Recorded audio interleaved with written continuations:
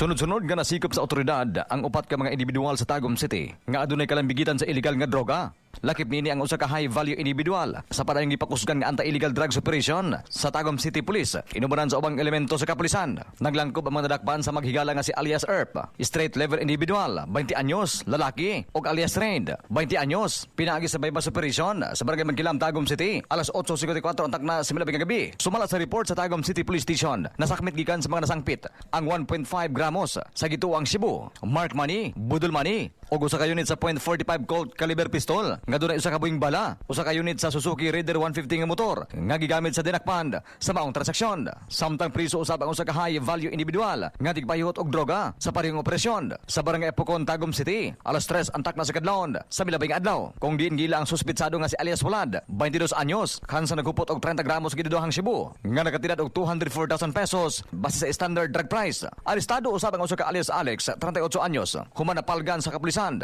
Sa iyang posisyon, ang naglain-laing drug paraphernalia og 5 ka gramos sa gituang Cebu nga nakatira og 34,000 pesos. Human giimplementar ang search warrant operation gikan sa korte ngadto sa panimalay sa suspitsado sa Pro 14 Barangay San Miguel, Tagum City. Alas 2:37 ang takna sa hapon, Disyembre 16, 2025. Balog na mga suspek sa Tagum City Police Station o nagatubang sa kaso paglapas sa Section 11 o Section 12, Article 2 of RA 9165, Comprehensive Dangerous Drugs Act of 2002. Samtang dugang kasong paglapas sa Republic Act 10591, Comprehensive Firearms and Ammunition Regulation Act of 2013. Batok ang alias Earp o alias Rain. Para makita og maabot ang ambisyon, dapat tinaw permanente nga to ang vision. Mag-Vision X Plus Soft Gel Capsule. Adlaw-adlaw, alang sa nakayusang Pilipino para sa Pilipinas, katrupang Lar Sanyol, XFM News.